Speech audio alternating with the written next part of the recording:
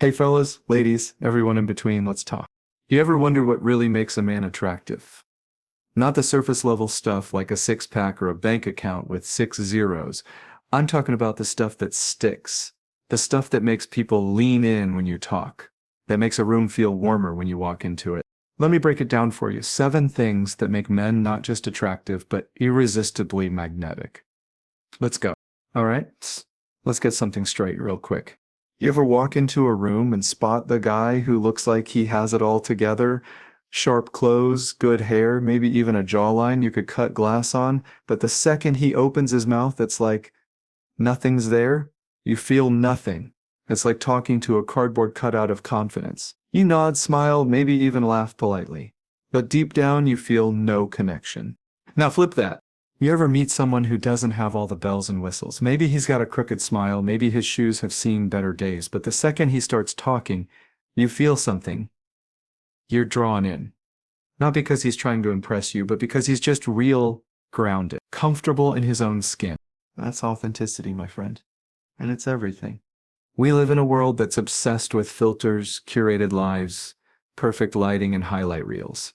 But underneath all that noise, what people are really craving is realness.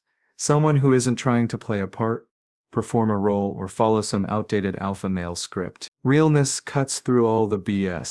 See, when a man is truly authentic, he's not trying to prove anything. He's not chasing approval. He's just showing up as he is. Vulnerabilities, weird jokes, passions, insecurities, the whole deal. And that kind of honesty, that hits different. That's what makes people feel safe around you. That's what makes someone want to know you, not just look at you. But here's the kicker. Authenticity without emotional intelligence is like having a race car with no steering wheel. Powerful, but dangerous. Let's talk about emotional intelligence, the unsung hero of attraction. It's not flashy. You can't flex it like a watch. But when you have it, people notice it's in how you listen, how you respond, how you can sit with someone's feelings without trying to run away or fix it like you're Bob the Builder. It's how you handle conflict without turning it into a contest, how you own your mistakes instead of making excuses. You want to know what emotional intelligence really is? It's emotional maturity with heart. It's being able to say, I hear you, that makes sense, or I don't have the answer, but I'm here with you. That kind of presence, that's rare. And rare is hot. Too many guys grew up thinking feelings were weakness, that showing care made you soft. But let me tell you, nobody ever looked at a man who was calm under pressure, who knew how to express himself clearly, who could stay grounded when things got messy and said, ugh, what a turnoff. Nah. They say, damn, that's someone I can trust. That's someone I want on my team. Being emotionally intelligent doesn't mean you have to cry every 5 minutes or write poetry by candlelight, though. Hey, if that's your vibe, go for it. It just means you're tuned in to yourself, to the people around you, to the energy in the room. And when that emotional intelligence meets authenticity, that's a combo that kills. Because people feel you're not pretending. You're not just saying the right thing. You mean it. You're present. You're real. And let me just say this. A lot of men out there are playing dress up with masculinity. They're wearing the confidence, wearing the charm, wearing the success. But take all that off and there's nothing underneath. Just a dude who's scared of being seen for who he really is. But the ones who've done the work, the men who are solid in themselves, who've sat with their own shadows, who've learned how to listen and how to care, those guys walk into a room and don't need to say much. People just feel it. It's not performance, it's present. And that, more than anything else, is what draws people in. So if you're trying to be more attractive, not just get attention, but actually attract to connection, start by getting real. Strip back the need to impress. Start noticing how you respond when people open up to you. Notice your triggers, your pattern. Learn how to be with yourself in the quiet moments. Because how you handle you, that's how you'll show up for someone else. Forget the scripts.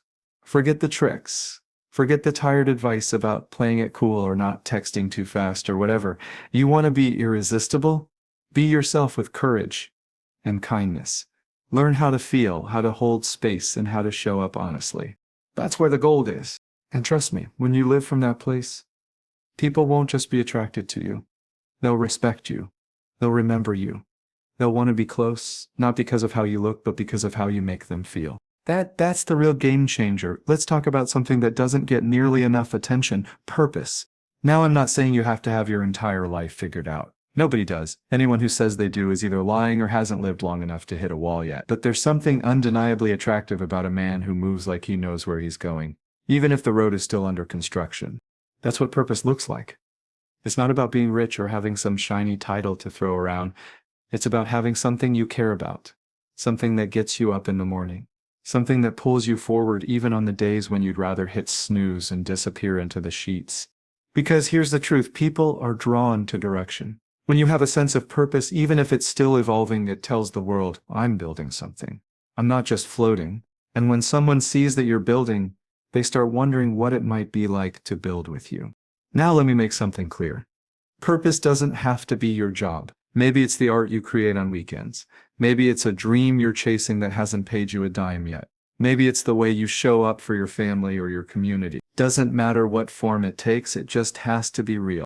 And here's where it gets powerful. When you're living with purpose, you don't chase validation. You don't need people to clap for you every 5 minutes.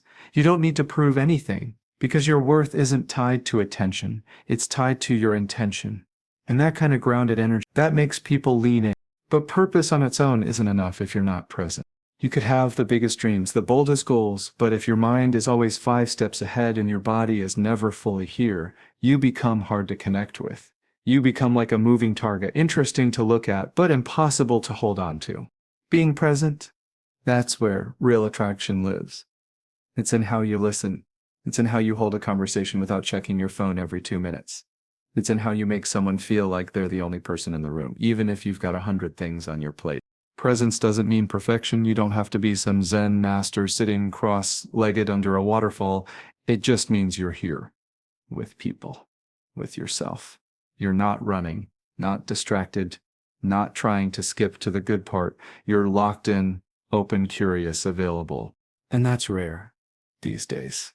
You'd be amazed how many people go on dates, hang out with friends, even get into relationships, but never actually show up. Their body's there, sure, but their mind, somewhere else, scrolling, stressing, overthinking. But the man who's got purpose in his step and presence in his heart, he's different. He walks into a room and doesn't have to demand attention. It finds him because people feel that depth. They sense that steadiness. And steadiness is sexy.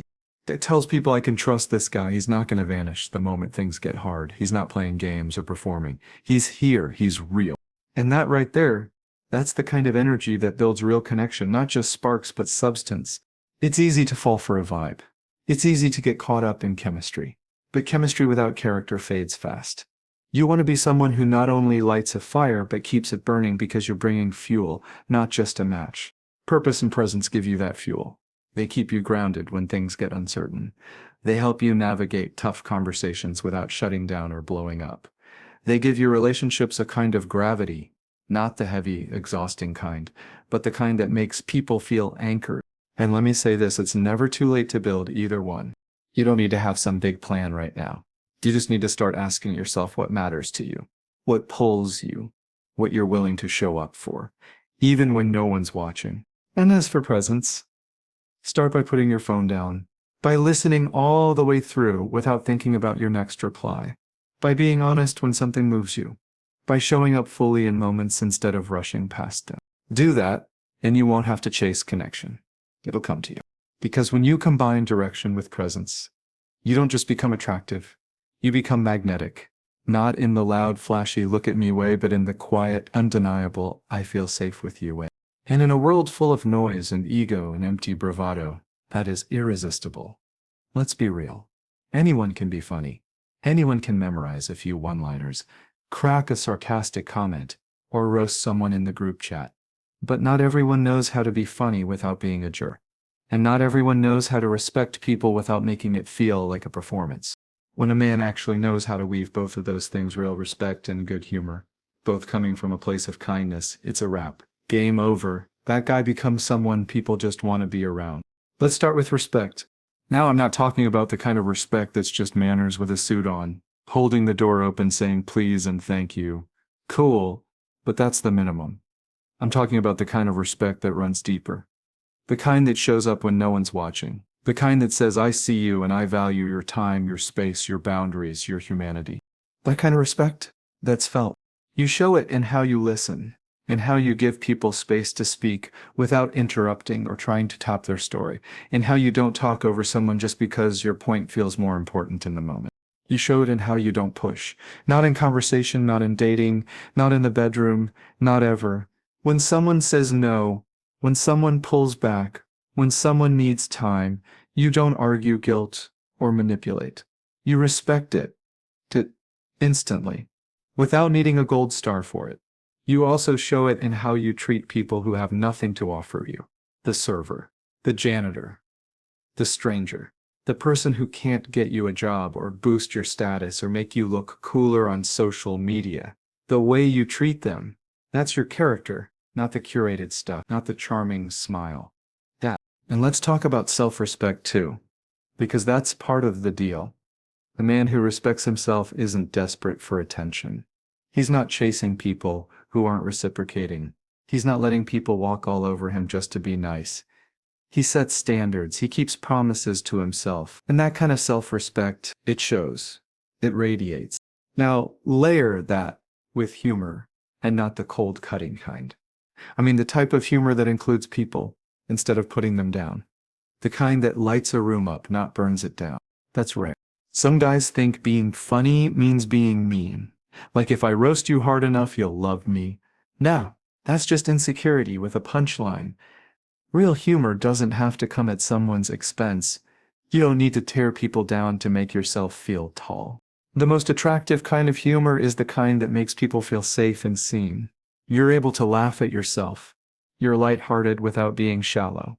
You bring levity to tense moments, not drama. You're playful, not performative. People remember how they feel around you. If you can make someone laugh and make them feel respected, they'll remember you for life. Because that combo, that tells them I'm safe here, and I can also be myself here. And let's be honest, there's something magnetic about a guy who can take life seriously, but not too seriously. Someone who can show up with integrity, but also not act like he's auditioning for a TED Talk 24/7. We don't need to be solemn monks out here. We need to live, laugh, be present, be human. And when that humor comes from a place of warmth, it becomes a bridge, not a wall. It breaks tension, it builds connection. It reminds people that even in a hard world, there's still joy, still silliness, still light. And you want to know the secret? You don't have to be the funny guy or the respectful guy as two separate roles. You just have to be someone who actually cares about how people feel around you, about what energy you're bringing into a room, about whether your words are building something or breaking something. Because people remember that stuff. Long after they forget what you wore, what you said, or how good your Tinder bio was, they remember how you made them feel. And respect, mixed with lighthearted humor, that feeling sticks. It feels safe. It feels kind. It feels real. So yeah, you want to be attractive? Start by respecting people deeply and consistently. Not because it gets you points, but because it's who you are. And add in humor that brings people closer, not one that keeps them at arm's length. Make people feel better, not smaller, because anyone can be hot. Not everyone can be good energy. Be the guy who's both.